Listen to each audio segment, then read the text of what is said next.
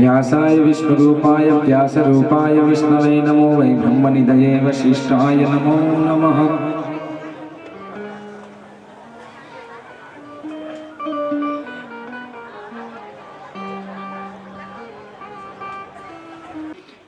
એ કૃતિ માટે થઈને આભાર વ્યક્ત કરવાની લાગણી તેઓ વ્યક્ત કરી રહ્યા છે। એમાંના આજના દિવસે પ્રતિનિધિ સ્વરૂપે એવા 7 વડીલો આપનું ભગવાને ખીલેલા ફૂલની એક માળા બનાવી અને આપનું સન્માન કરવાની ઈચ્છા વ્યક્ત કરે અને એ ઈચ્છાને માન આપી અને આપે જે અનુમતિ આપી તે બદલ આભાર પણ માનીએ છીએ। અને હું એ સન્માન માટે આમંત્રિત કરું છું મધુભાઈ મોહનભાઈ।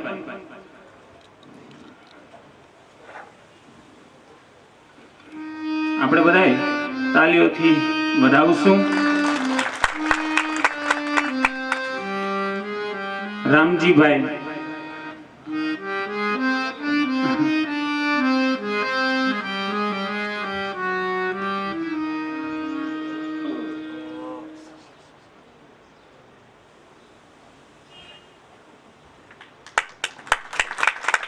અમરસિંહભાઈ,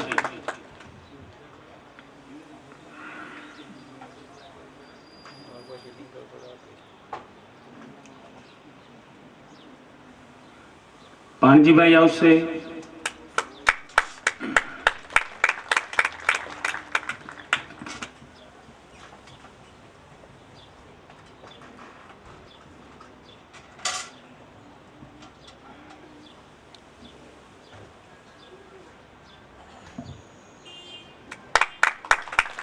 રમેશભાઈને આમંત્રિત કરું।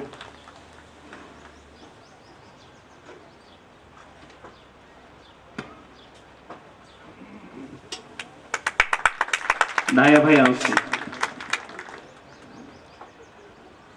તેમજ બચ્ચુભાઈ અને વાલજીભાઈને પણ આમંત્રિત કરું।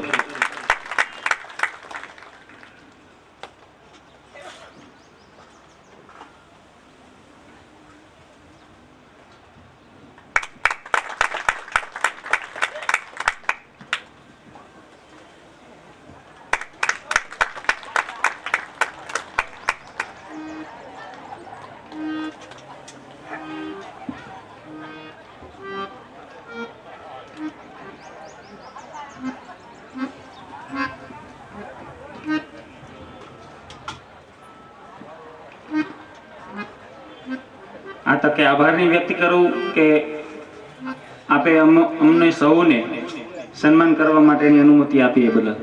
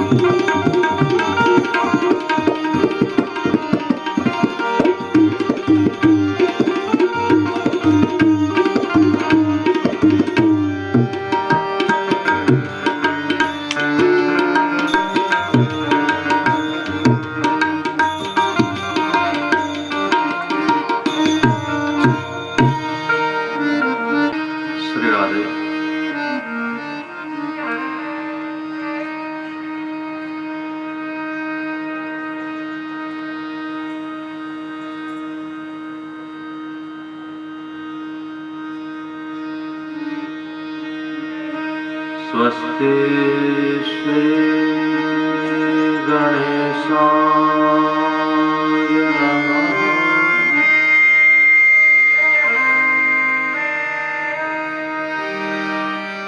श्री सरस्वत्यै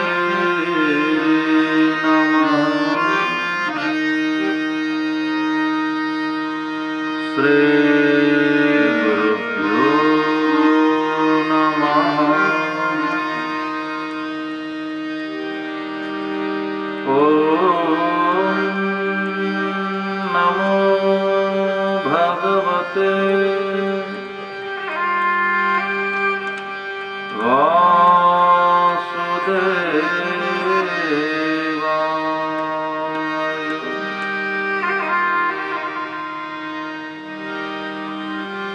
श्यामं शङ्खगदाधरं गिरिधरं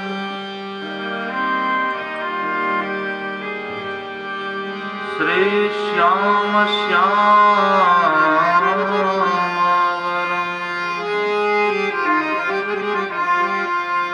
हस्ते पद्मसुशोभितं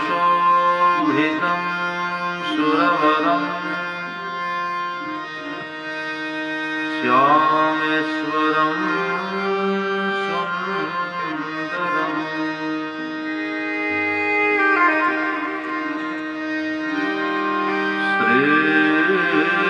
श्रीश्यामं धरणीधरं भजहरम्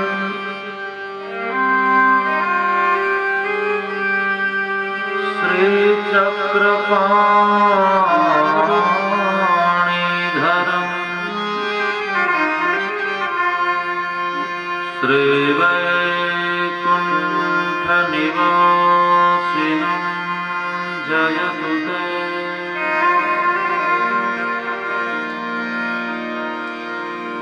श्रीश्याम सर्वेश्वरम्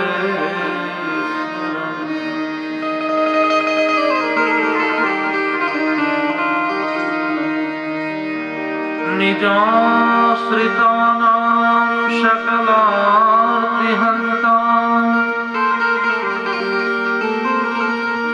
सधर्मभक्तैरमनं विधाता दाता सुखानां मनसेप्सितानां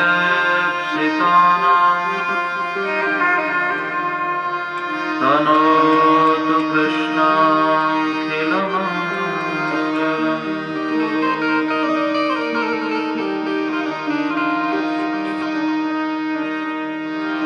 नमस्ते शारदा देवी सरस्वती मतिप्रदे वसत्वं मम जिह्वाग्रे सर्वविद्याप्रदामः।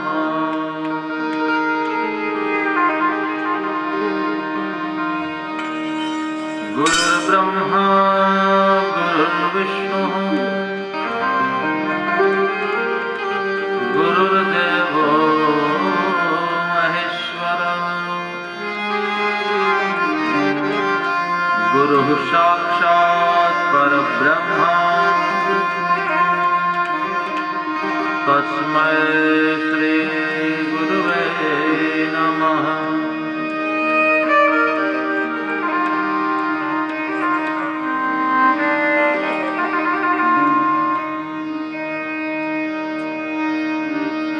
सद्गुरु भगवान की जय। सत सुखदेव जी महाराज की जय। वेदव्यास भगवान की जय। हनुमान जी महाराज की जय। धरणीधर भगवान की जय। ओम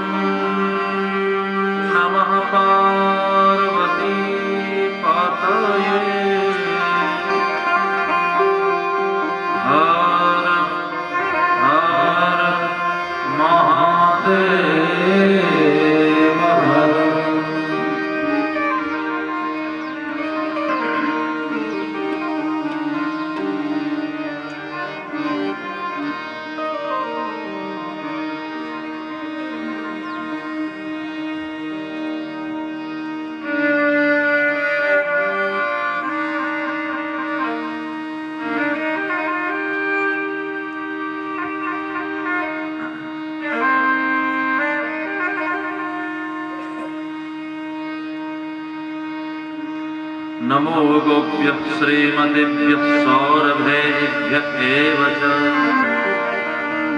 नमो ब्रह्मसुताभ्यश्च पवित्राभ्यो नमो नमः।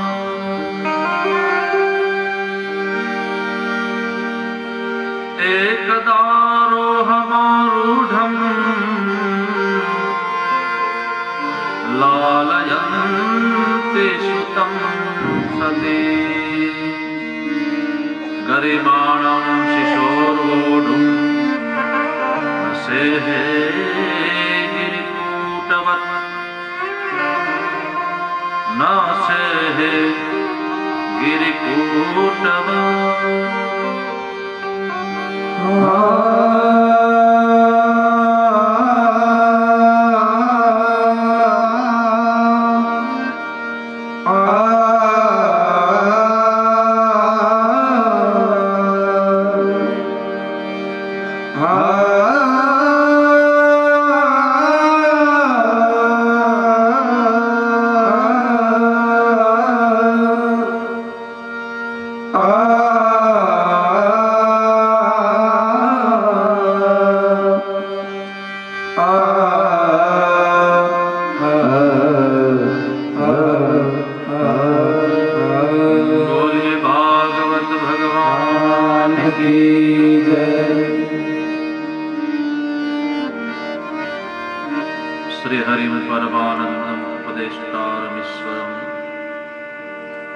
व्यापकं सर्वलोकानां कारणं तं नमाम्यहम्।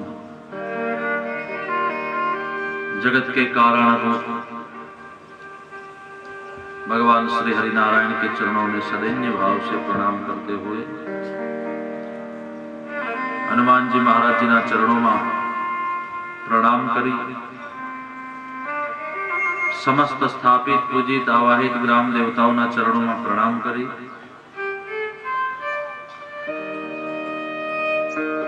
अगारा परिवार द्वारा आयोजित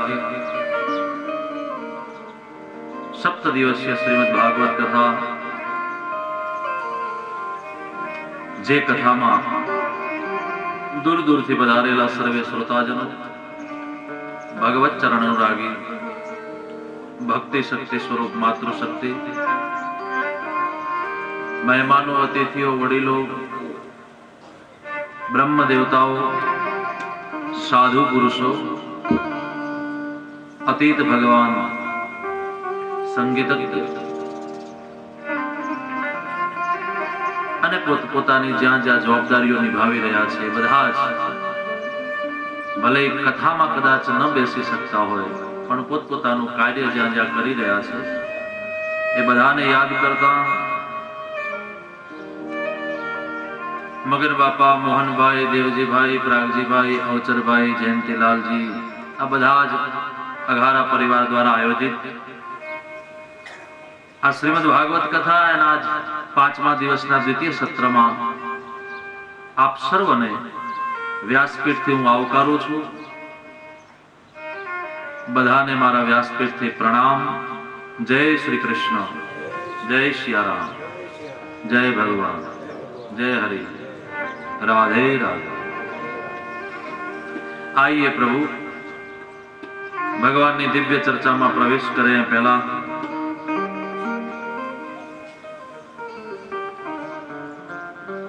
भगवान ने याद करिए, मन ने प्रसन्न करिए અને પછી કથામાં પ્રવિષ્ટ થઈએ।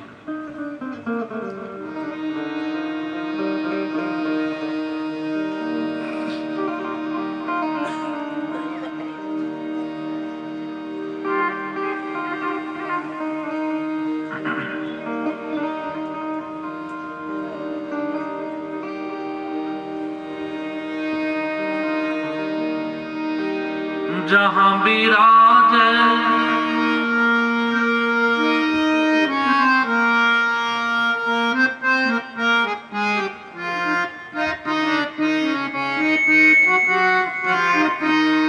कन्हैया ले चल परली पार, कन्हैया ले चल परली पार, कन्हैया ले चल परली पार।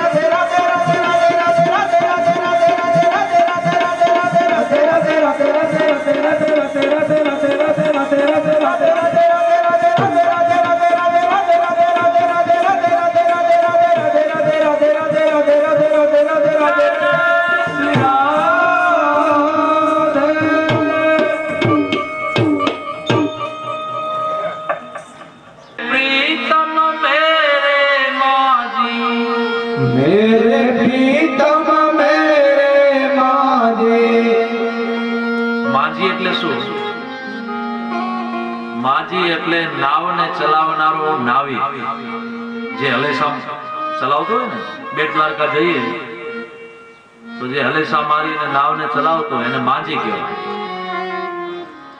તો હે ઠાકુર, તું આ નૈયાને ચલાવનારો માજી છે અને આ સંસાર વાટિકામાં અમારા નાવને ચલાવજે, તું અમારો માજી બનજે.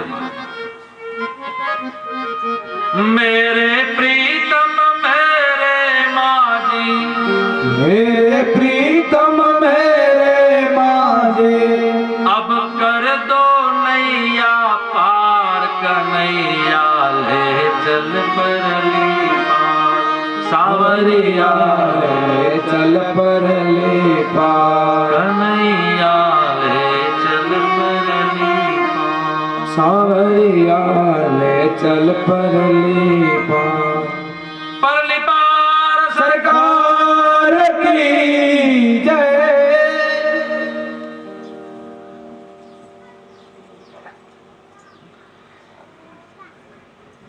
आइए भगवानની દિવ્ય ચર્ચામાં પ્રવેશ કરીએ.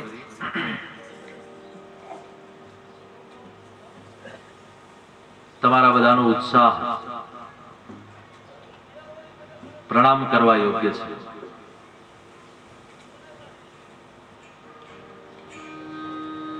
ગામના વડીલોએ પણ આજ વ્યાસપીઠના ચરણમાં પોતાનો ભાવ વ્યક્ત કર્યો, એ બદલ હું પણ એ બધાને પ્રણામ કરું છું. દૈન્યતા જ્યારે આવે છે જીવનમાં, ત્યારે જ ભક્તિની પ્રાપ્તિ થાય છે. સાધુવાદ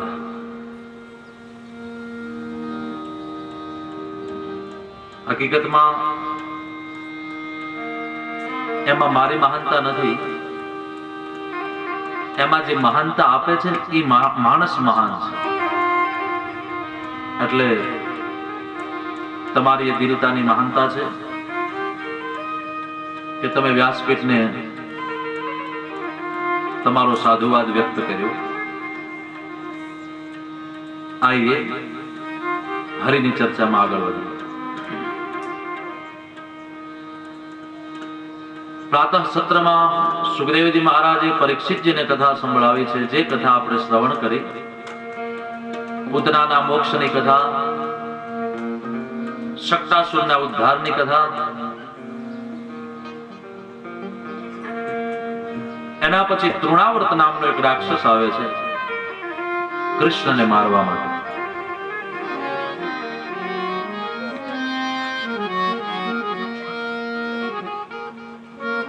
દૈત્યો નામના તૃણાવર્ત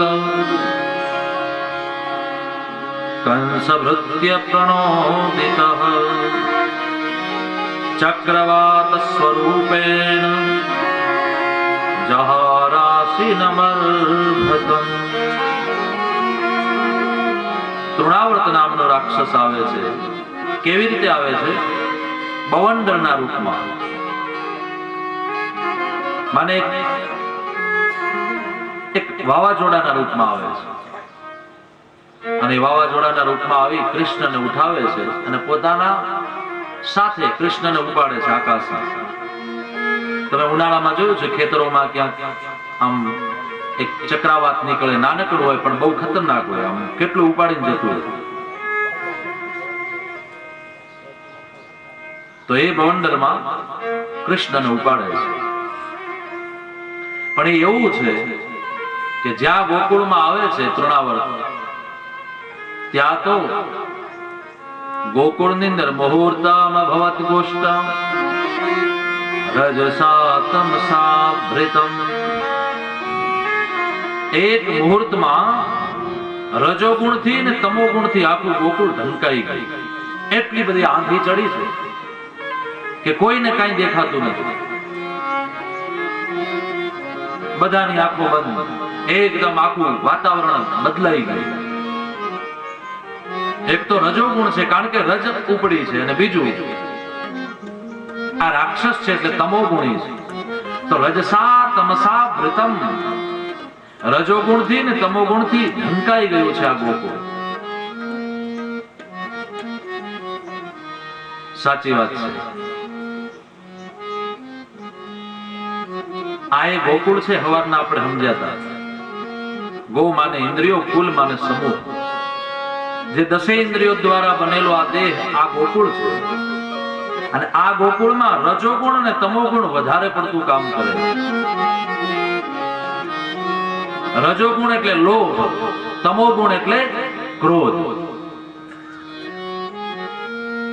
જ્યારે લોભની પ્રવૃત્તિ ભીતરથી જાગે કે મારે આ કામ કરવું છે, અથવા તો મારો આટલો સ્વાર્થ પૂરો થઈ જ જવો જોઈએ, અને ન થાય એટલે શું થાય? ક્રોધ આવે. કામાત ક્રોધો વિજાયતે, ગીતામાં ભગવાન કહે. કામ પૂર્ણ ન થાય તો ક્રોધ આવે. તો આ ગોકુળમાં કામ અને ક્રોધ આ બંને કામ કરે છે. રજોગુણ એટલે ભીતરની ઈચ્છાઓ, અને તમોગુણ એટલે ભીતરનો ક્રોધ. જ્યારે ક્રોધ અને લોભ આ બે જ્યારે વધે છે ત્યારે સમજવાનું કે આ ગોકુળમાં કૃષ્ણ બેઠો છે, પણ એ કૃષ્ણને ઢાંકવા માટે આ રજોગુણ અને તમોગુણ કામ કરે છે, આપણને બવંડરમાં ઉઠાવે છે. આપણા ભીતર આવું બવંડર આવે છે, આવી આંધી આવે છે. ભગવાન શ્રી કૃષ્ણને ઉઠાવ્યા આકાશ માર્ગે લઈ જવા માટે. ભગવાન કૃષ્ણ ગયા તો ખરા, પણ જ્યાં આકાશ માર્ગે ઊંચા ગયા પછી ભગવાન શ્રી કૃષ્ણએ એ જ આવેલા તૃણાવ્રતને એવો દબાવ્યો કે તૃણાવ્રત કાંઈ ન કરી શક્યો. અંતે તૃણાવ્રતને ભગવાને પોતાનું ધામ આપ્યું. ભગવાને તૃણાવ્રતનો ઉદ્ધાર કર્યો. તમંતરિક્ષાત પતિતં શિલાજામ વિશીર્ણ સર્વાવયવં કરાલં પૂરં યથા રુદ્ર સરેણ વિદ્ધં સ્ત્રિયો રુદત્યો દુદ્રુષુઃ સમેતા. તૃણાવ્રતનો ભગવાને ઉદ્ધાર કર્યો. તૃણાવ્રત એટલે આવતો લોભ. જ્યારે લોભ આવે છે ત્યારે આ ગોકુળ ઢંકાય છે. સુખદેવજી મહારાજે કથાને બતાવી. એના પછી એક દિવસ ભગવાન શ્રી કૃષ્ણ અને એમના ભાઈ જે રોહિણી દ્વારા પ્રગટ થયા છે બલદાઉજી, બંને ભાઈઓના હજુ નામકરણ નથી થયા. બંને લાલાના રૂપમાં બોલાવે છે. થયું એવું, એક દિવસ ફરતા ફરતા ફરતા યાદવોના કુલગુરુ ગર્ગાચાર્યજી મહારાજ મથુરા જાય છે. પોતાના યજમાન જે છે વસુદેવજી એ જેલમાં છે, એમના ખબર અંતર પૂછવા માટે ત્યાં ગયા છે. અને ત્યાં ગયા અને ત્યારે વસુદેવજી કહે છે, હે ગુરુજી, એક વાત કરું દિલની, તમે કોઈને કહેશો નહીં. બોલે બિલકુલ કહો, શું ઈચ્છા છે? બોલે ઈચ્છા એ છે કે નંદ બાબાને ત્યાં જે લાલો છે એ મારો દીકરો છે, હું ત્યાં મૂકી આવ્યો છું કંસના ડરથી. માટે તમે જાઓ અને એ લાલાના નામકરણ ને તમે કરો, એનું નામ પાડો. પણ જો ધ્યાન રહે, કોઈને ખબર ન પડે. બોલે બિલકુલ. કારણ તમે જ્ઞાની છો. કેવા છે ગર્ગાચાર્યજી મહારાજ? સુખદેવજી વર્ણન કરે છે. આ ગર્ગાચાર્યજી એટલે ગર્ગ સંહિતા બનાવનારા મહાપુરુષ, જે જ્યોતિષનો પરમ વિષય છે. કયો ગ્રહ ક્યાં પડ્યો હોય કુંડળીમાં અને કયો ગ્રહ ક્યાં દ્રષ્ટિ કરતો હોય, કયો ગ્રહ ક્યાં ભેગો થયો છે અને એનો શું નિચોડ નીકળે છે, એ નિચોડ ગર્ગાચાર્યજીએ પોતાની ગર્ગ સંહિતામાં લખ્યો છે. એટલે આપણે ત્યાં જયારે જ્યોતિષી મહારાજ જન્મ કુંડળી બનાવે ત્યારે લગભગ જ્યોતિષીઓ આ ગર્ગ સંહિતાના આધાર ઉપર ફલાદેશ લખે છે કે આ માણસ એના જીવનમાં શું કરશે, કેવું બનશે. એવડા મોટા જ્યોતિષના પારંગત વિદ્વાન છે.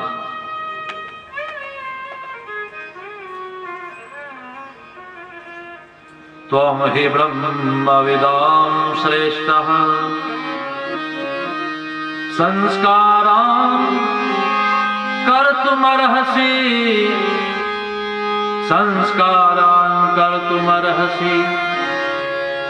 बालयोरनयो नॄणां जन्मना ब्राह्मणो गुरुः त्वं हि ब्रह्मविदां श्रेष्ठः. તમે બ્રાહ્મણોમાં વિદ્વાન છો, શ્રેષ્ઠોમાં શ્રેષ્ઠ છો. એટલું જ નહીં, જન્મના બ્રાહ્મણો ગુરુ. આ જગતનો ગુરુ એ બ્રાહ્મણ છે, એવું સુખદેવજી મહારાજે પરીક્ષિતને બતાવ્યું. એવા જ્ઞાની મહાપુરુષ છે હે પરીક્ષિત આ ગર્ગાચાર્ય. અને એટલું જ નહીં, યાદવોના કુલગુરુ છે. યદુના મહામાચાર્ય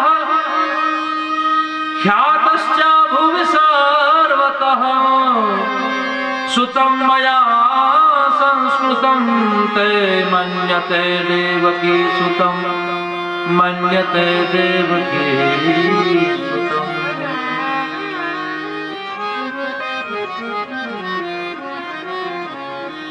યાદવોના કુલગુરુ છે ગર્ગાચાર્યજી મહારાજ. આવ્યા છે. ક્યાં આવ્યા છે? બોલે ગોકુળમાં, નંદ બાબાને ત્યાં. નંદ બાબાના આંગણામાં જ્યાં પધાર્યા છે. ગર્ગાચાર્યજી તો સામેથી કહે છે. જ્યારે વસુદેવજી કહ્યું કે તમે નામકરણ કરવા જાઓ, ત્યારે ગર્ગાચાર્યજી સામેથી કહે છે, હે વસુદેવ, તમારો એ દીકરો એ કોણ છે મને ખબર છે, હું જાણું છું. કોણ છે? દેવક્યા અષ્ટમો ગર્ભો ન સ્ત્રી ભવિતુમર્હતિ. દેવક્યા અષ્ટમો ગર્ભો ન સ્ત્રી તુમર્હતિ. ન સ્ત્રી ભવિતુમર્હતિ. અમને ખબર છે કે દેવકીનો 8મો દીકરો એ સ્ત્રી નથી, પુરુષ છે. અને કોણ છે? બોલે એ કંસનો કાળ છે. એવા ગર્ગાચાર્યજી મહારાજ જે જાણી શકે છે કોણ છે કોણ નથી, એવું જાણનારા મહાપુરુષ આવે છે. નંદ બાબાએ જ્યાં ગર્ગાચાર્યજીને આવતા જોયા, આહા, બે હાથ જોડ્યા. આવો આવો બાપજી, આપનું સ્વાગત છે, પધારો. મારું આંગણું પાવન થયું, તમારા જેવા મહાપુરુષ મારે ત્યાં પધાર્યા. સ્વાગત કર્યું, ઉચ્ચ આસન ઉપર બિરાજિત કર્યા. અને પછી પૂછે છે, મહારાજ તમે સામેથી પધાર્યા, મારા જીવનને ધન્ય કર્યું, કહો મારા માટે શું આદેશ છે? નંદ બાબા, તમારે ત્યાં દીકરો જન્મ થયો છે? બોલે હા. નામકરણ કર્યું છે? બોલે નહીં. તો નામ નથી પાડવું? પાડવું છે. તો એટલા માટે હું આવ્યો છું કે તમારા દીકરાનું નામ પાડી દો. નંદ બાબા ખુશ થઈ ગયા. વાહ વાહ વાહ, આવા મહાપુરુષ સામેથી ચાલીને આવતા હોય અને એમ કહેતા હોય કે તમારા દીકરાના નામકરણ હું કરું, ત્યાં તો મારું જીવન ધન્ય થયું. પ્રસન્ન થયા અને પછી નામકરણ માટે તૈયાર થયા. બીજા દિવસે પ્રાતઃકાલે ગૌશાળામાં જઈ ગાયોના વચ્ચે જઈ સ્વસ્તિ પુણ્યાવાચન આદિ કર્મ કર્યું છે. આ બાજુ યશોદાજી અને રોહિણીજી બંને પોતપોતાના પુત્રોને લઈને આવ્યા છે અને પછી નામકરણની વિધિ કરે છે. પણ એવું કહે છે કે યશોદા અને રોહિણીજી બંને પોતપોતાના દીકરાઓને બદલાવી નાખ્યા. આ યશોદાએ રોહિણીનો દીકરો લઈ લીધો ને રોહિણીએ યશોદાનો દીકરો લઈ લીધો. અને ત્યારે બંને આવીને સામે બેઠા છે. ગર્ગાચાર્યજી બધી જ વિધિ પૂર્ણ કરી અને પછી કહ્યું, યશોદાની ગોદમાં જે દીકરો છે એની સામે આમ આંગળી કરી, હે યશોદા, તમારી ગોદમાં જે દીકરો છે એ તમારો નથી, તો અયમ હિ રોહિણી પુત્રો રમયન સુહૃદો ગુણે આખ્યાસ્યતે રામ ઇતિ બલાધિક્યાત બલમ વિદુ. અયમ હે રોહિણી પુત્રો, આ દીકરો તમારો નથી, આ રોહિણીનો છે. આ રોહિણીનો પુત્ર છે. યશોદાજી ચોકી ગયા. ઓહો, બાપજી ઓળખી ગયા લાગ્યા. સાચી વાત છે. અમને તો એમ હતું કે એમ કહેશે કે યશોદા તમારો દીકરો છે ને, લાવો હું એનું નામકરણ કરું. પણ એમણે તો અમને પૂછવું પણ નહીં અને સીધે સીધું કહી દીધું, અયમ હે રોહિણી પુત્રો રમયન સુહૃદો ગુણે આખ્યાસ્યતે રામ ઇતિ બલાધિક્યાત બલમ વિદુ. બલાધિક્યાત બલમ વિદુ. આ રોહિણીનો પુત્ર છે. અને કેવો છે? રમયન સુહૃદો ગુણે, બધાના હૃદયમાં રમવા વાળો છે. અને એટલું જ નહીં, આનું નામ પાડું છું, ધ્યાન દેના. આખ્યાસ્યતે રામ ઇતિ બલાધિક્યાત બલમ વિદુઃ. આનું નામ એક તો રામ, બીજું બલ, ત્રીજું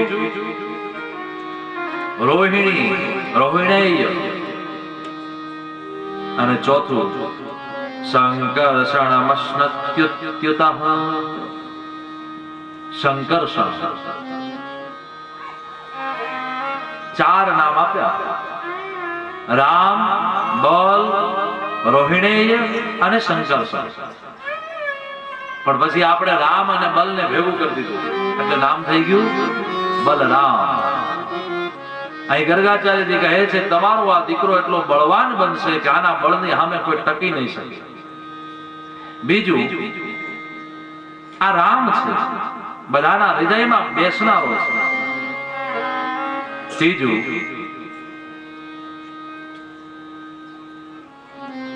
આનું નામ હું સંકર્ષણ આપું છું. સંકર્ષણ અહીં એટલા માટે બોલ્યા છે ગર્ગાચાર્યજી કે ગર્ગાચાર્યજીને ખબર છે કે ભગવાનની માયા દ્વારા દેવકીના 7મા ગર્ભમાં આવેલા બલદાઉ માયાએ સંકર્ષણ કરી અને એમને રોહિણીને ઉદરમાં પ્રસ્થાપિત કર્યા છે. એટલે એ વખતે જે માયાએ સંકર્ષણ કર્યું છે એ માયાના નામ ઉપર અહીં સંકર્ષણ શબ્દ બોલ્યા છે. પણ આ વાત એમણે સ્પષ્ટ ન કરી નંદ બાબાની આગળ કે તમારો દીકરો આ રીતે આ માના ગર્ભમાંથી આ માના ગર્ભમાં ગયો છે. કારણ કે એ બધું કરવા જાય તો ભગવાનની લીલા ખુલ્લી થઈ જાય. એટલે ગર્ગાચાર્યજી મહારાજે સંકેતમાં કહી દીધું કે હે નંદ બાબા, તમારા આખા પરિવારને સંકર્ષણ કરીને રાખશે, ભેગો કરીને રાખશે. કોઈને અલગ નહીં થવા દે, બધાના સાથે રહીને રહેશે, એટલે આનું નામ હું સંકર્ષણ આપું છું. હકીકતમાં આ ભાવથી સંકર્ષણ નામ નથી આપ્યું. હકીકતમાં તો માયા દ્વારા સંકર્ષણ થયું છે, એટલે સંકર્ષણ નામ આપ્યું. અને ચોથું નામ આ રોહિણીનો પુત્ર છે, એટલે આનું નામ હું રોહિણેય આપું છું. તો ભગવાનના 4 નામ થયા. અને બીજું જે પુત્ર છે એ રોહિણીના ગોદમાં સૂતો છે. હવે ગર્ગાચાર્યજી મહારાજ એના સામુ જોવે છે, અને એના સામુ જોયું ત્યારે તો આ એ નટખટની આંખોની આંખો મળી. અને ગર્ગાચાર્યજી બોલ્યા, આસન વર્ણાશ્રયો યસ્ય ગૃહણતો નુયુગમ તનુઃ શુક્લો રક્તસ્તથા પીતઃ ઇદાનીં કૃષ્ણતાં ગતઃ ઇદાનીં કૃષ્ણતાં ગતઃ.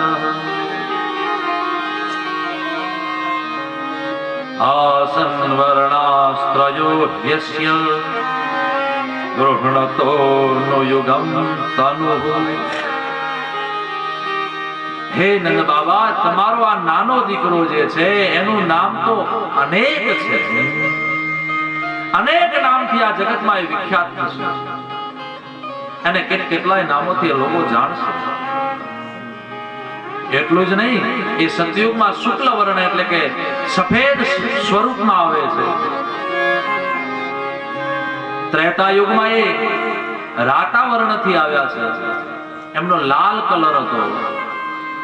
દ્વાપરમાં એ પીળા સ્વરૂપે આવ્યા છે, પીળા સ્વરૂપમાં. અને અત્યારે કળિયુગનો દ્વાપરનો અંત થવાનો સમય છે અને કળિયુગનો પ્રારંભ છે, સંધ્યા સમયમાં આવ્યા છે. એટલે આનું નામ હું આનો કલર કાળો છે, એટલે આનું નામ હું આપું છું કૃષ્ણ. શુક્લો રક્તસ્તથા પીતો ઇદાનીં કૃષ્ણતાં ગતઃ. આ વખતે કૃષ્ણ કાળા કલર થી આવ્યા છે, એટલે આનું નામ હું કૃષ્ણ આપું છું. પણ તમારા દીકરાના નામ તો જગતમાં બહુ છે. બહુની હે સંતિ નામાની રૂપાણી ચ સુતસ્ય તે ગુણકર્માનુરૂપાણી તાન્યહં વેદનો જના તાન્યહં વેદનો જના તાન્યહં વેદનો જના. બહુની સંતિ નામાની, કેટલાય નામો છે. બહુની સંતિ નામાની, અને આને કેટલાય નામોથી આ જગત પુકારશે. માનસમાં તુલસીજી કહે, ઇનકે નામ અનેક અનુપા, ઇનકે નામ અનેક અનુપા, ઇનકે નામ અનેક અનુપા, ઇનકે નામ અનેક અનુપા, ઇનકે નામ અનેક અનુપા.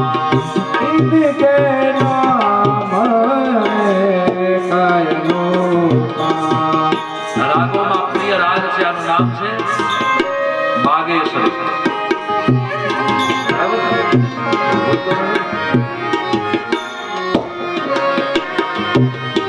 ઇનકે નામ અનેક અનુપા, ઇનકે નામ અનેક અનુપા. મેં રૂપ કહાવા સ્વમતિ અનુરૂપા, સુમતે અનુરૂપા. મેં રૂપ કહાવા स्वमति अनुरूपा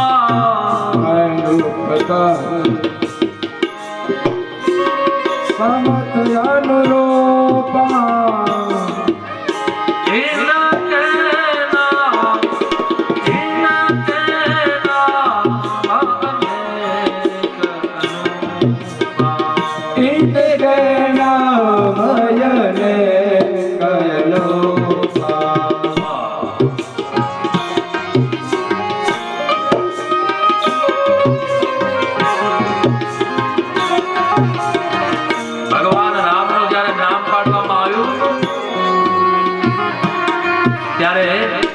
વિશ્વામિત્રજી કહે છે, વશિષ્ઠજી કહે છે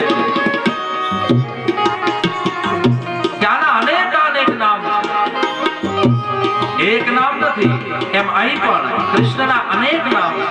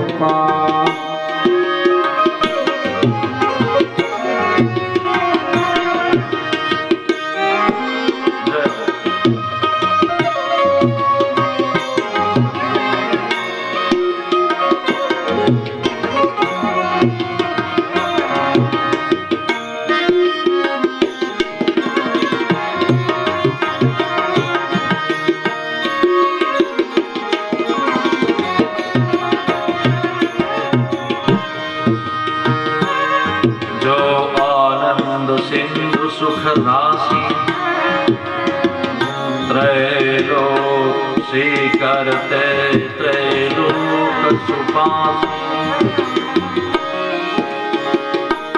जो आनंद सिंधु सुख राशि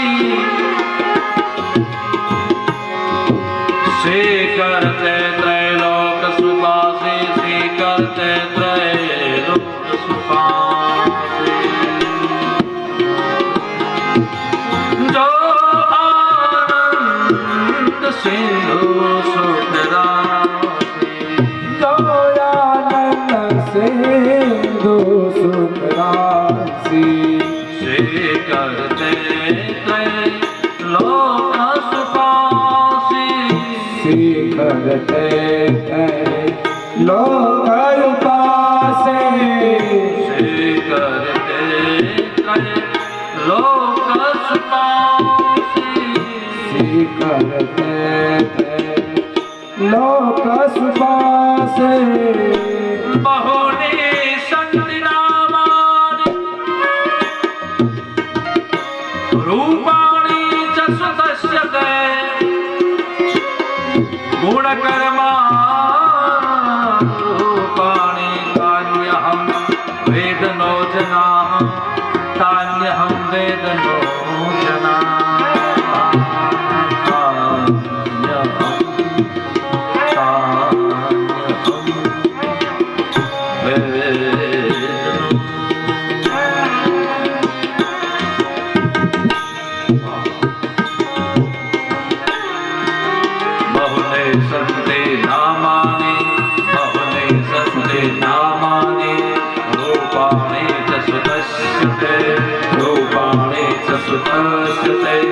गुण कर्मानुरूपाणि तान्यहं वेदनो जना तान्यहं वेदनो जना तान्यहं वेदनो जना.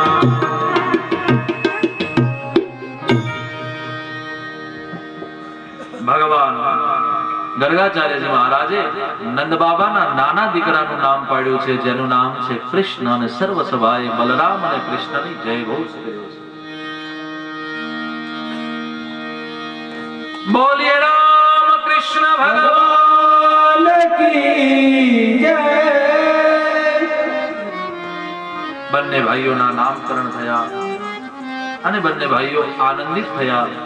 હજુ છે નાના, પણ ભગવાનને ખબર છે. બંને માતાઓએ પોતાના દીકરાઓને લઈ અને પછી ત્યાંથી નીકળ્યા છે.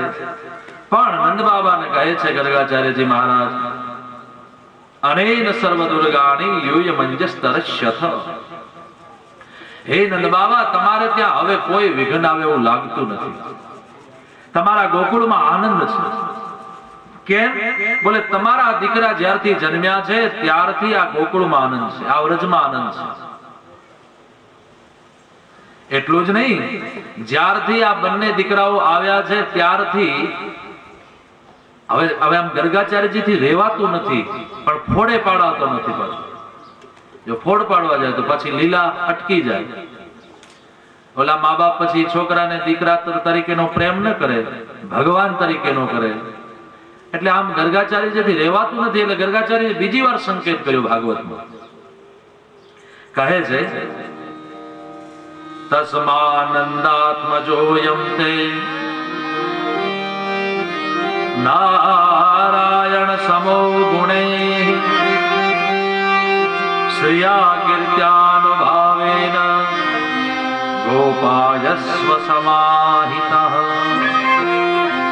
તમારો આ દીકરો નારાયણ સમો ગુણે, હે નારાયણના જેવાના ગુણ છે. બોલો, એમને કીધું કે આ નારાયણ જ છે, પણ હવે અંદરથી આમ ઉછાળા મારે કહેવાનું, પણ હવે કહેવાય એવું નહીં. પેટમાં રહે ને, અને પેટમાં ના રહે એટલે આપણે શું કહીએ, તને જ કહું છું, તું કોઈ ન કહેતી. તું મારી બેનપણી છે એટલે હું તને કહું છું. એટલે એ બેનપણી વાળી પાછી એની બેનપણી કે જો તને જ કહું છું, તું કોઈ ન કહે. એટલે એ પાછી એની બેનપણી કે તને જ કહું છું, તું કોઈ ન કહે. એ હાલી. જો કે તમે તો એવું ન જ કરતા હો, કેમ કે તમે કથામાં છો.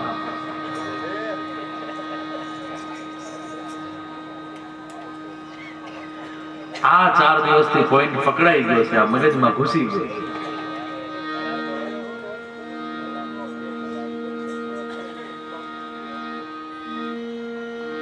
તો ગર્ગાચાર્યજી રહેવાયું નહીં. એટલે આમ છેલ્લે ચાલતા કીધું, હે નંદ બાબા ઉભા રહ્યો. શું? નારાયણ સમો ગુણે. તમારો આ દીકરો નારાયણના સમાન ગુણ ધરાવે છે. એમ ન કહ્યું કે આ નારાયણ બનીને આવ્યો છે, નારાયણના જેવા ગુણ ધરાવે છે. આટલું કહી અને ગર્ગાચાર્ય ધીમે કરીને પછી પ્રણામ કરી એવું કે હવે હું જાઉં. ભલે બાપજી પધારો. અને ગર્ગાચાર્યજી ત્યાંથી નીકળ્યા. ઇત્યાત્માનં સમાદિશ્ય ગર્ગે ચ સ્વગૃહં ગતે નંદઃ પ્રમોદિતો મેન આત્માનં પૂર્ણવાન. ગોકુળમાં કાલેન વ્રજતાલ્પેન ગોકુલે રામ કેશવો જાનુભ્યામ સહ પાણિભ્યામ રિંગમાણો વિજરહતુ. બંને ભાઈઓ હવે થોડા મોટા થયા. જાનુભ્યામ સહ પાણિભ્યામ. જાનુ માને ગોઠણ, આ ઢીચણ, અને પાણીભ્યામ માને હાથ. હાથ અને ઢીચણ થી 4 પગે ચાલતા થયા ભગવાન કૃષ્ણ. જો જીવનની શરૂઆત ઢીચણ થી થાય. જ્યારે આપણે ચાલતા શીખીએ ને ત્યારે પહેલી વાર ઢીચણ આપણને મદદ કરે. માએ આપણને આમ ઘડ્યો હોય તો આપણે આમ પેટ નીચે એમ ફરી જઈએ, પછી આમ ઉભા થવાનો પ્રયત્ન કરીએ. એટલે આ બાજુથી પગ વાંકા થાય, આ બાજુથી હાથ ઉપર, અને પછી છોકરું એવી રીતે પોતાના જીવનની શરૂઆત કરે. તો ઢીંચણથી જીવનની શરૂઆત, અને જ્યારે ઢીંચણ પકડાવાની શરૂઆત થાય ત્યારે સમજવાનું કે હવે આપણે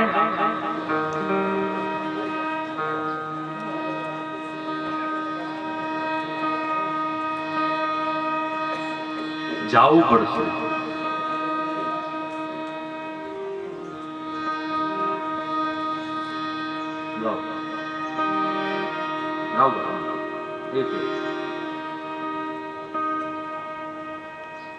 ચિઠ્ઠી ફાટશે ઉપર વાળાની,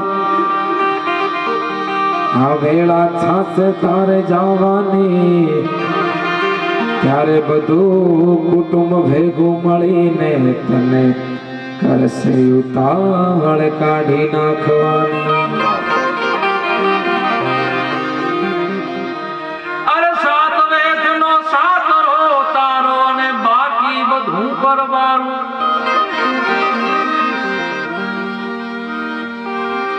સાત વેદનો સાતરો તારો બાકી બધું કરવાનું. હું કરતો હાલી નીકળમાં હું પદમાં નથી સારું. આ લોટ પાણીનો લાડવો તારો બાકી બધું પરવાનું.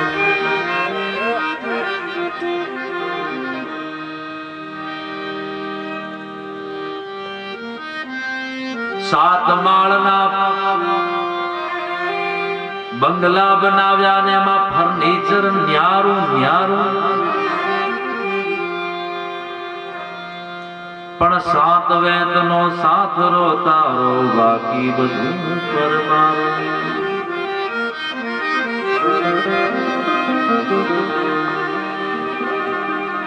કહેવાનો આશય કે ઢીંચણથી જીવનની શરૂઆત થાય, અને આ જ ઢીંચણ પકડાવા માંડે ત્યારે સમજવાનું કે હવે આપણે વળતા પાણી છીએ. હવે જેટલો ટાઈમ મળે એટલું ભગવાનને ભજી લઈએ.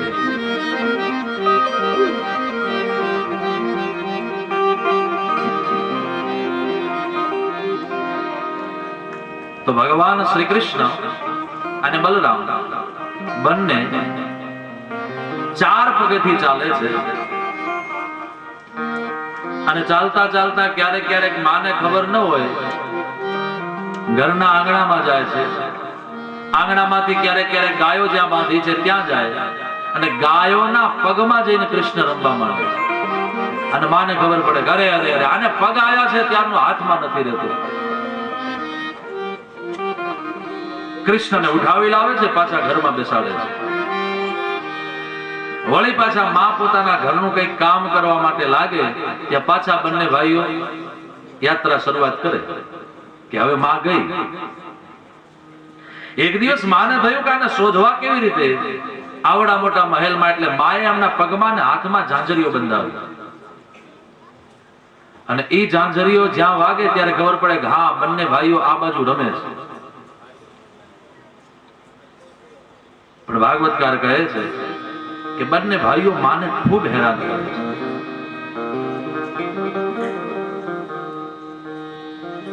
એક દિવસ ગાયના શિંગડાઓ પકડીને બંને ભાઈઓ ઉભા છે. શૃંગ્યંગી દ્રષ્ટા સિજ જલત દ્વિજકંટકેભ્યઃ ક્રીડા પરાવતિ ચલો સ્વસુતો નિષેધું ગૃહિજાણિ કર્તુમપि યત્ર ન તજ્જનન્યો સેકાત આપતુરલમ મનસો નવસ્થા. શ્રીંગ માને શિંગડા, ગાયના શિંગડાઓ પકડીને જ્યારે ઉભા હોય ત્યાં માં દોડતી અરે અરે લાલા ગાય મારશે. ન જાણે કૃષ્ણ એમ કહેતા હોય કે માં જેને તું મારવાનું કહે છે એ પણ મારી તારી માં છે. એ ગાયો માટે તો કૃષ્ણ આવ્યા છે. જગતમાં મોટામાં મોટું કામ કર્યું હોય કૃષ્ણએ તો ગાયોને ચરાવવાના. જગતનો પિતા છે પણ ગાયોને ચરાવે છે. ગાય એ કૃષ્ણની કુળદેવી છે, કારણ કે કૃષ્ણને ગાય સિવાય બીજું કઈ દેખાતું નહોતું. અને ગાય પણ કઈ દેશી ગાય, કાંકરેજી, થાર પારકરી, સાહિવાલ, આ બાજુ ગીર, આ બધી આપણી દેશી નસલ છે, જેને અહીં કુંદ છે અને અહીં ગલકંબલ છે, એ આપણી દેશી ગાયો છે. અને એ જ ગાયો સાચી ગાયો છે. બાકી તો આ બાજુ તો કદાચ નહીં હોય, પણ અમારા મહેસાણા બાજુના ક્ષેત્રમાં એટલી બધી જર્સી ગાયો છે, કારણ કે લોકોનું લક્ષ્ય એક જ છે, પૈસો કેમ કમાવો. અને એ પ્રાંતમાં એટલી બધી જર્સી ગાયો છે કે ગાયોનું દૂધ પીને એક જર્સી ગાયો જેવા વિચારો થઈ ગયા લોકોને. એ ગાય નથી, કૃત્રિમ આપણો બનાવેલો એક જીવાત્મા છે. માટે આવી ગાયોનું દૂધ ન ખાવું જોઈએ. એનાથી કેન્સરની બીમારીઓ થાય છે, બહુ બધી બીમારીઓ એનાથી લાગે છે. માટે દેશી ગાયોનો જ ઉપયોગ કરવો જોઈએ. જોકે આ બાજુના વિસ્તારમાં તો સારું છે, ગાયો બધા લોકો ખૂબ રાખે છે, અને એમાં દેશી ગાયો છે. હું આજે અહીં કથા પૂરી કર્યા પછી બપોરે જ્યારે હું મારા ઉતારે ગયો તો ત્યાંથી આમ થોડી વાર પાછળ લીમડો છે, તો લીમડાના છાંયડે ઊભો હતો. નદી બાજુથી પવન આવે, ક્યાં થોડી વાર આમ, કારણ કે ત્યાં કોઈ હતું નહીં, હું એકલો ઊભો હતો, નદીનો આનંદ લેતો હતો, નદીના કિનારા ઉપર ઊભો. તો સામે કાંઠે જ્યાં નજર કરીને, એટલે કે આ મોરબી વાળો જે રોડ જાય, એ રોડ ઉપરથી એક આખું ગાયોનું ધણ, એમાં થોડીક ભેંસો પણ હતી, પણ વધારે પડતી આપણી લાલ ગાયો હતી. અને બધી જ ગાયો રોડેથી ઉતરી અને સીધી એ નદીના પટાંગણમાં આમ નીચે આવતી હતી. મને બહુ ગમ્યું, ઉભો હસ્યો એકલો. મેં કીધું વાહ વાહ, ગાય માતાઓના દર્શન છે. એટલું રૂડું લાગતું હતું એ વાતાવરણ. સાચી વાત છે. આપણે ત્યાં પહેલો એક જમાનો એવો હતો કે સાંજ પડે અને ગાયોનું ધણ ગામમાં પ્રવેશ કરે, સવાર પડે અને બે ચાર રબારી ભરવાડ જે હોય તે એ ગામમાં ગોંદરા ઉપર ઉભા રહે, આખી ગામની ગાયો અને ભેંસો ત્યાં ભેગી થાય અને પછી ત્યાંથી ચરાવવા માટે લઈ જાય. આખો દિવસ ચરાવીને હાજે જયારે ગામમાં પાછી આવે ગૌધણ, એટલે હવ બધા ઉભા હોય પાછા પોતપોતાની ગાયો ભેંસો લેવા માટે. એટલે પોતાની ભેંસ કે ગાય આવે એટલે લઈને પાછા પોતાના ઘરે પાછા સવારે મૂકી જાય. અને એ જમાનો એવો હતો, મેં જોયો છે, જો કે જોયો થોડો ઓછો સમય, પણ મારા ગામમાં તે મેં જોયું છે દ્રશ્ય. પણ ત્યારે એક વાત બહુ મોટી હતી કે એ વખતે ગૌચર હાકલેલું નતું, ગૌચર ખુલ્લું પડ્યું હતું. એટલે ત્યાં આપણી ગાયો ને ભેંસો જાતી.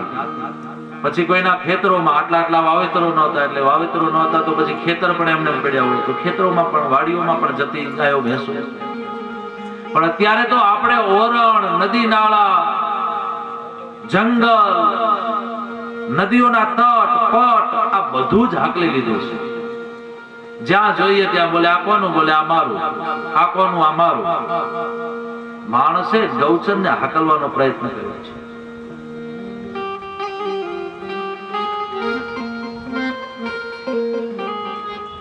ગાયોના ગૌચરને રહેવા દેવું જોઈએ.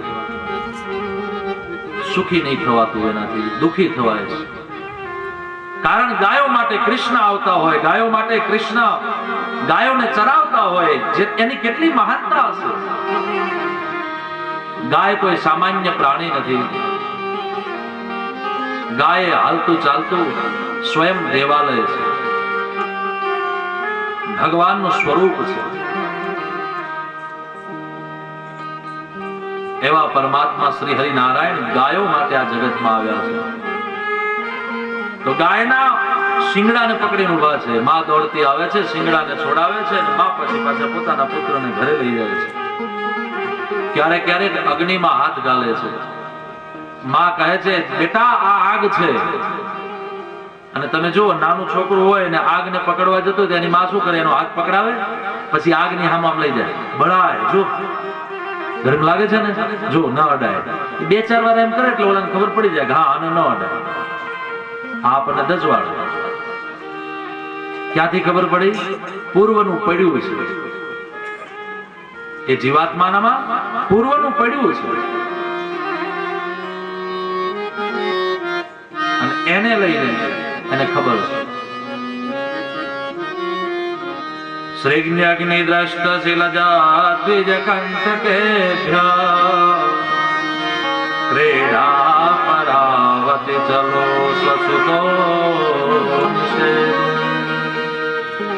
તો ભગવાન શ્રી કૃષ્ણ આવી અલગ અલગ લીલાઓને કરે છે. માં બહુ હેરાન થાય છે. ભગવાન ધીમે ધીમે મોટા થયા છે. એક દિવસ મોટા થયા પછી તો આંગણામાં રમવા ગયા, પછી પાછા પોતાના ગામમાં રમવા ગયા, બીજી શેરીઓમાં રમવા ગયા, મિત્રો બની ગયા. અને વધારે પડતા મિત્રો બન્યા ત્યારે મિત્રો ભેગા થઈને કહ્યું કે ચાલો, કૃષ્ણ કહે છે ચાલો મિત્રો આપણે એક સુંદર મજાની ટીમ બનાવીએ. બોલે આપણી ટીમ શું કરશે? બોલે હું કહું તે. અને ભગવાન શ્રી કૃષ્ણ સુંદર મજાની એક ટીમ બનાવે છે અને એ ટીમમાં પોતે સ્વયં પ્રમુખ બને છે અને પ્રમુખ બની અને પોતાની ટીમનું નામ આપે છે ચૌર વિદ્યા પ્રસારણ મંડળ. જેને ચોરી શીખવી હોય અમારા મંડળમાં પ્રવેશ લે, જેના કારણે એને ચોરી કરતા શીખવા મળશે. ભગવાન બધાની સાથે રહ્યા, સુંદર મજાનું એ વાતાવરણ તૈયાર કર્યું અને એક દિવસ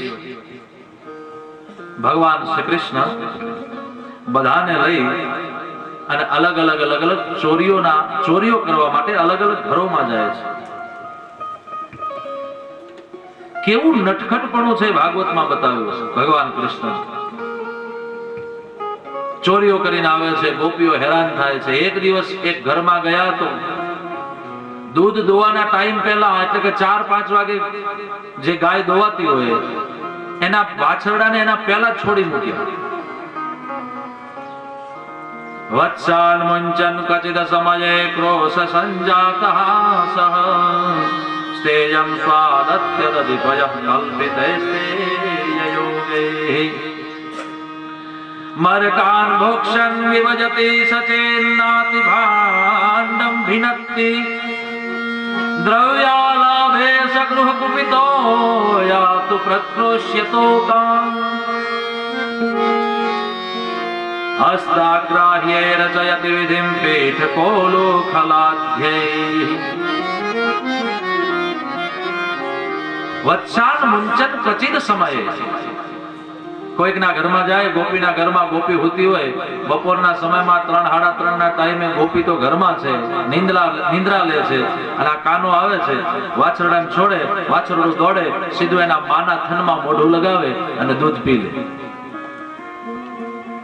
હાજનો ટાઈમ થાય, ગોપી જયારે દોવા આવે ત્યારે ગાયના આંચળમાં દૂધ ન હોય. ગોપી વિચારે કે આ દૂધ ગયું ક્યાં? ત્યારે તો વાછરડું છૂટતું ફરતું હોય, ખુલ્લું ફરતું હોય. ખબર પડી કે ઓહો, વાછરડું ખુલ્લી ગયું છે. હકીકતમાં વાછરડું છૂટી નથી ગયું, એને છોડવામાં આવ્યું. ખબર પડી ગોપીને કે આ કોણ કરે છે. બધી ગોપીઓ કહેવા માંડી કે હા, મારી ગાયને કે વાછરડું દૂધ પી ગયું. ઓલી કે મારી ગાયને વાછરડું દૂધ પી ગયું. તો બધાની કેમ થયું? પછી ખબર પડી કે વત્સાન વંચન ક્વચિદ સમજે ક્રોશ સંજાતઃ સહ.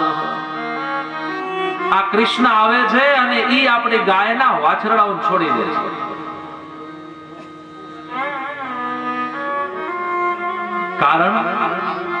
કારણ એ છે,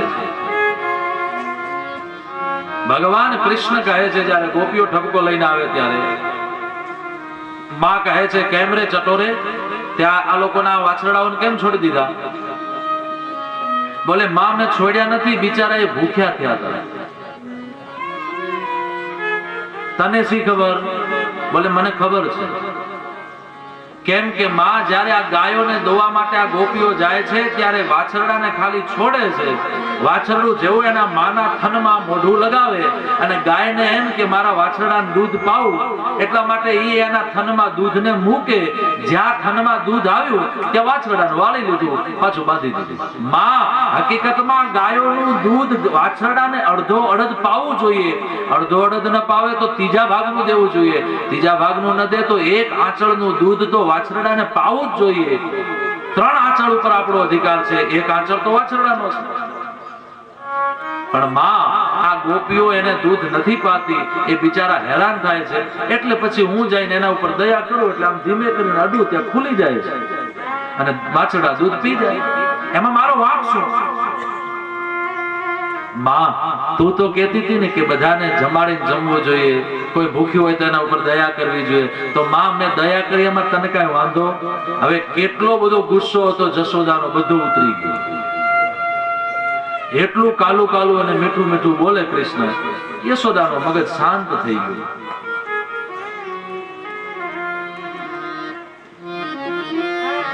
ભગવાન શ્રી કૃષ્ણ આ વાછરડાઓને આનંદ આપે છે. એટલું જ નહીં, મરકાન ભોક્ષન વિભજતિ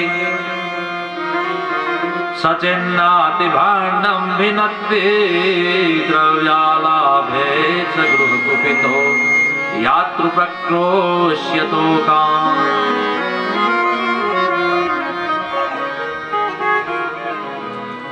મરકાન ભોક્ષન, કોઈ ગોપીઓના ઘરમાં જ્યારે ચોરી કરવા જાય છે કૃષ્ણ અને એના મિત્રો, તો જ્યારે એ દહીં નહીં માખણ ને ચોરે છે ત્યારે એકલા નથી ખાતા. મરકાન ભોક્ષન, માકડાઓને ને વાદરાઓને ખવડાવે છે. અને જ્યારે ખબર પડી ગોપીઓને ત્યારે ગોપીઓ વળી પાછી આવે છે અને માને કહે છે, માં તારો લાલો અમારા ઘરમાં આવી અને દહીં દૂધના માખણના માટલા ફોડે છે. એટલું જ નહીં, એ ખાય એના મિત્રોને ખવડાવે અને એની સાથે સાથે અમારા ઘરમાં વાંદરા અને માંકડાઓને બોલાવે છે. માટે હે માં, તારા લાલાને કઈ સમજાવ. તારા ઘરમાં ન દહીં દૂધ હોય તો તું અમને કે, અમે આપી જઈએ. યશોદાને બહુ ખોટું લાગે. યશોદા વળી પાછી હાથમાં લાકડી લે લાલાને મારવા માટે. જ્યાં પાછા કૃષ્ણને આમ પકડે એટલે કાનો ધીમે કરીને કે, માં સાવ સાચી વાત છે ગોપીની, અમે ગયા હતા પણ થયું એવું કે એમનું શીકું હાવ છે ને, જે લટકાવેલું દહીં જ્યાં હતું હાવ આમ તૂટી જવાય એવું હતું. તો હું આમ અડવા ગયો ને તો પડી ગયું નીચે, એટલે માટલું ફૂટી ગયું. અને માં હું તો કઈ જમતો નતો, મારે તો ઘરમાં તું બહુ ખવડાવે એટલે હું તો કઈ જમતો નતો, પણ આ મિત્રોને ખવડાવતો હતો. એમાં પેલા વાંદરા અને મકડાઓ ઉપર આવીને જોતા હતા. તો માં મારે તે તો કહ્યું છે કે બેટા ક્યારે એકલા એ પેટ ભર્યું ન થાવું, આપણી સામે કોઈ હોય તો એને ખવડાવવું અને વેચીને ખાવું. આવું તો તે મને શીખવાડ્યું છે. એટલે માં મેં વેચીને ખાધું, એમાં મારો વાંક શું? માં કહે છે, લાલા તો ક્યાં સુધી લોકોને સમજાવીશ? ભગવાન શ્રી કૃષ્ણ અદ્ભુત લીલાઓને કરે. એના પછી એક દિવસ મિત્રોની સાથે રમવા માટે યમુનાના તટ ઉપર ગયા છે અને ત્યાં જઈ જોયું તો જમનાનું જળ સુંદર મજાનું વહી રહ્યું છે. એ તટ ઉપર સુંદર મજાની માટી છે. એ માટીને લઈને ભગવાન કૃષ્ણએ મુખમાં મૂકી ખાધી. અત્યારે પણ તમે વ્રજમાં જાઓ તો બ્રહ્માંડ ઘાટ છે યમુનાના તટ ઉપર. એ બ્રહ્માંડ ઘાટ ઉપર ભગવાન શ્રી કૃષ્ણ એ માટીને ખાધી. હાલે તમે ત્યાં જાઓ ને બ્રહ્માંડ ઘાટ ઉપર એટલે તમને માટીનો પ્રસાદ આપે. લ્યો કાનાએ માટી ખાધી હતી, એ માટી તમે ખાઓ, તમને એ માટીનો પ્રસાદ આપે અને તમારે એ માટી ખાવી પડે. બહુ મજા આવે, મીઠી લાગે. એ માટીનો સ્વાદ જ કંઈક અલગ છે.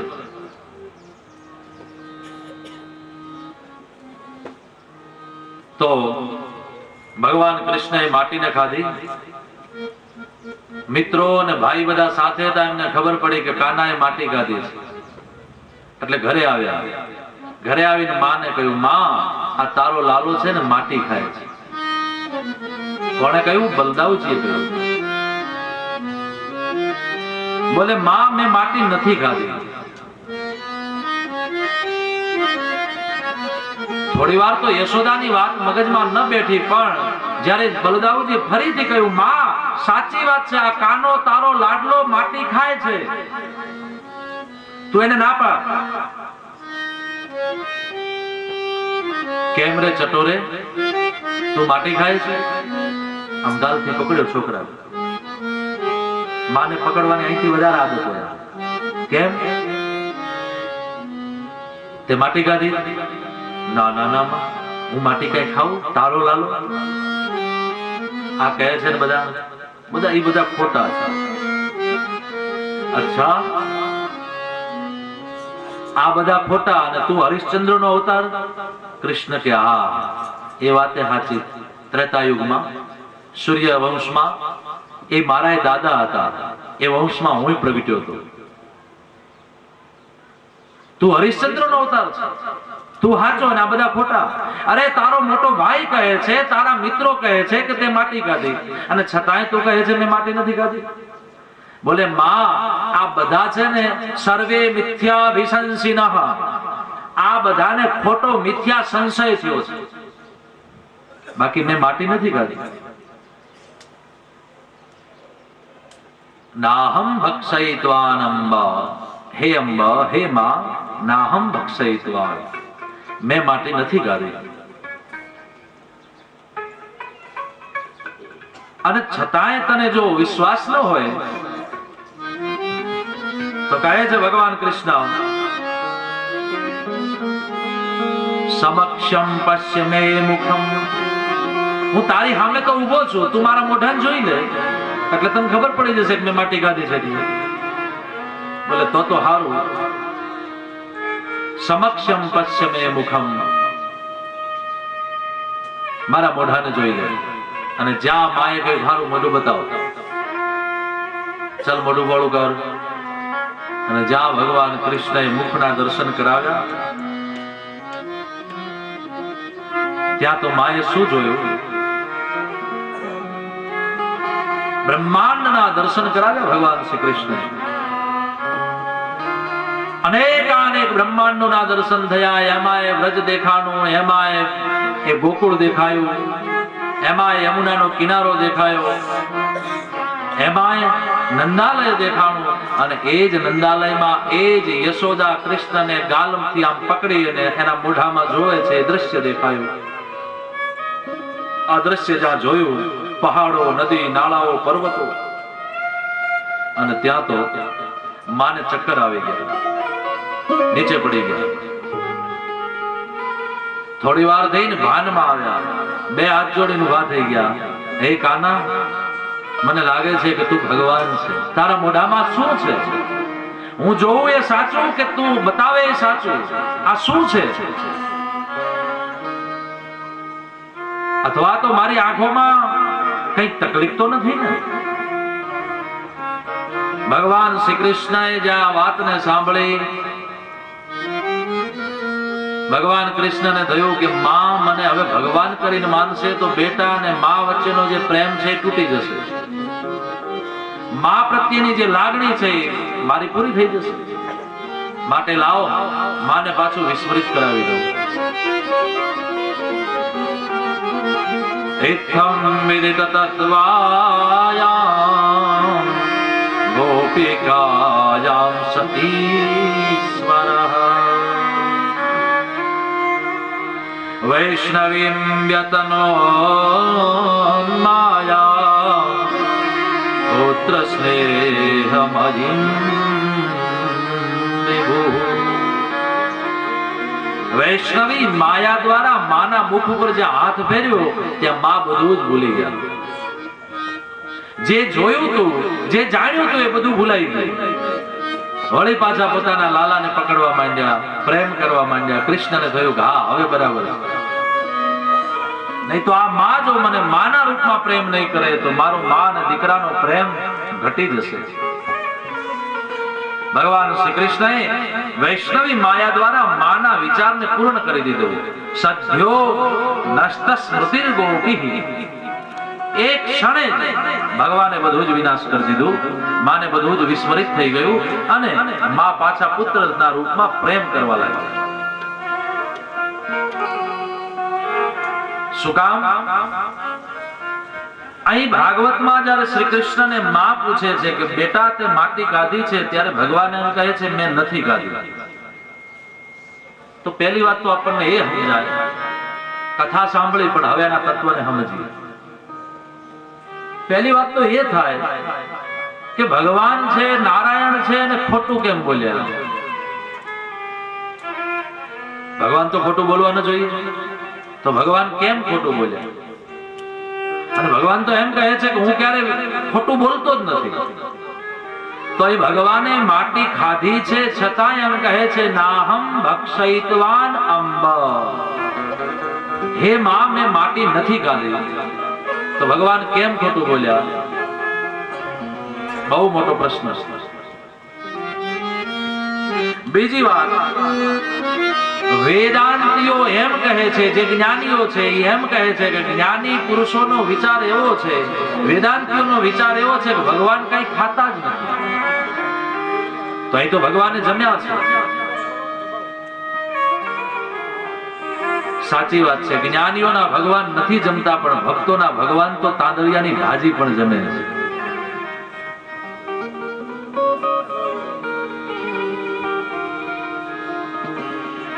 પ્રેમ પૂર્વક ભગવાન આ બધું જમે છે. તો ભગવાન ખોટું કેમ બોલ્યા? એ મોટો પ્રશ્ન છે. શું કામ ભગવાન ખોટું બોલ્યા? તો કહે છે ભગવાન આમ બોલ્યા છે, સાચું બોલ્યા છે. એક દ્રષ્ટિએ આપણે જોઈએ તો આપણને એમ લાગે કે ભગવાન માટી ખાવા છતાંય ખોટું બોલ્યા છે, પણ બીજી દ્રષ્ટિએ ભગવાન સાચા છે. કેવી રીતે? બોલે ભગવાન થી બીજી વસ્તુ બહાર કઈ છે જે ભગવાન જમે? પહેલી વાત તો એ સમજાય, ભગવાન થી ભિન્ન કઈ વસ્તુ છે, ભગવાન થી અલગ કઈ વસ્તુ છે જે વસ્તુ ભગવાન ખાય? આપણે ગઈકાલે જ કથામાં જોયું હતું બીજા સ્કંદમાં કે ભગવાન દ્વારા પૃથ્વીનું પ્રાગટ્ય થયું, ભગવાન દ્વારા આકાશનું પ્રાગટ્ય થયું, ભગવાન દ્વારા જળનું પ્રાગટ્ય થયું, ભગવાન દ્વારા આ વાયુ વાય છે. તો જે ભગવાને પોતાનામાંથી જ પૃથ્વીને પ્રગટ કરી છે, એ જ પૃથ્વીની રજને પોતે પોતાના મોઢામાં મૂકી. તો એનો અર્થ તો એવો થયો કે માટલા માટે માટી લઈ આવ્યા કુંભાર અને માટલું બનાવ્યું, માટલું રાખ્યું, થોડા દિવસ પછી ફૂટી ગયું, પાછું માટલું માટીમાં ફેંકી દીધું. એમ જે માટી જેના મુખમાંથી તૈયાર થઈ હતી એના મુખમાં કદાચ રજ ગઈ તો માટી તો માટીમાં જ ગઈ છે ને. તો માટી ક્યાંથી પ્રગટી? બોલે ભગવાનમાંથી. તો ભગવાનમાંથી જે પ્રગટ થયું છે એ ભગવાને ખાધું કેવી રીતે કહેવાય? સમજાય છે વાત કે હજુ રિપ્લે કરો? હે માતાઓ,